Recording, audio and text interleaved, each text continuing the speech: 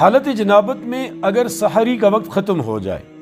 اور صبح صادق ہو جائے اور روزہ شروع ہو جائے تو کیا ایسی صورت میں روزہ باقی رہتا ہے، روزہ ہوتا ہے یا روزہ نہیں ہوتا، یا روزے پر کسی قسم کا اثر ہوتا ہے؟ ایک دوست نے اس مسئلے کو لے کر مجھ سے کافی لمبی چوڑی گفتگو کی۔ اس کا ماننا یہ تھا یا اس کا کہنا یہ تھا کہ ایسی صورت میں روزہ نہیں ہوتا، انہیں کسی نے بتایا تھا، تو میں نے جو انہیں جواب دیا وہ آپ کے سامنے بھی رکھتا ہوں کہ ایسی صورت میں روزے پر کسی قسم کا اثر نہیں پڑتا۔ اگر کسی بندے نے مباشرت کی رات کو اور یا اسے احتلام ہوا، غسل فرض ہو گیا اور صبح سحری کا وقت ہوا، اگر وہ غسل کر رہا ہے تو اس سے سحری کا وقت نکلتا جا رہا ہے، پھر آگے روزہ شروع ہونا ہے، تو وہ اس نے سوچا اور وہ سحری کرنے سے پہلے سحری کی اور پھر بعد میں غسل کیا، تو ایسی صورت میں اس کے روزے پر کسی قسم کا اثر نہیں ہوگا۔ حضرت عائشہ رضی اللہ عنہا اور حضرت ام سلمہ رضی اللہ تعالی عنہا، ان دونوں سے اس قسم کی روایت منقول ہے، اور نبی پاک صلی اللہ علیہ وسلم کا طرز عمل انہوں نے اپنی روایات کے اندر ذکر کیا ہے۔ حضور علیہ الصلوۃ والسلام نے بھی سحری کے بعد غسل فرمایا، تو لہٰذا اس سے کسی قسم کا اثر نہیں پڑتا روزے پر۔ ہاں یہ ضروری ہے کہ ایسی صورت ہو اگر، تو اسلام تو ہمیں یہ کہتا ہے کہ جنابت جب لاحق ہو تو جتنا جلدی ممکن ہو بندہ غسل کرے،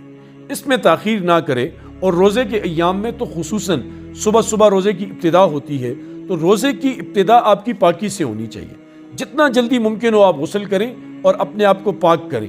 اگر کوئی بندہ جنابت کا غسل نہ کرے اور وہ لیٹ کرتے کرتے فجر کی نماز بھی قضا کر لے، تو ایسی صورت میں اس پر فجر کی قضا کا گناہ الگ ہوگا، اور چونکہ فجر کی قضا گناہ کرنے کا ذریعہ یہ جنابت کا غسل نہ کرنا بنا، تو یہ گناہ الگ ہوگا۔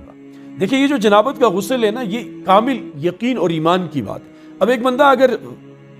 غسل کی حالت میں، جنابت کی حالت میں ہے، تو وہ غسل کیوں کر رہا ہے؟ وہ اللہ کے ڈر کی وجہ سے کرتا ہے کہ مجھے اللہ نے کہا یہ گندگی ہے، اس میں قرآن نہیں چھو سکتا، میں نماز نہیں پڑھ سکتا، میں یہ عبادت نہیں کر سکتا، تو وہ ایک اللہ کا ڈر ہوتا ہے، اور وہ کامل یقین اس بندے کے ساتھ ہوتا ہے، لہٰذا اس ڈر کو مد نظر رکھنا چاہیے اور فوراً سے پہلے غسل کرنا چاہیے۔ اور پھر غسل کا جو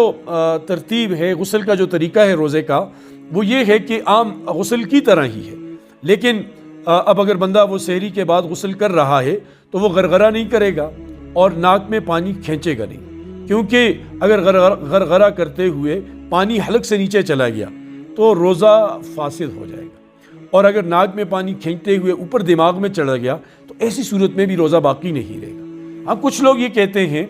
کہ جب افطاری کر لیں اس کے بعد غرغرہ کر لیں، اس کے بعد ناک میں پانی اوپر کو چڑھا دیں، نہیں، اس کی کوئی ضرورت نہیں ہے۔ افطاری کے بعد بھی غرغرے کی ضرورت نہیں ہے، صرف صبح غسل کے وقت کلی کرے اور نرم ہڈی تک پانی پہنچائے بغیر کھینچے ہوئے۔ اللہ ہمیں سمجھ کی توفیق نصیب فرمائے۔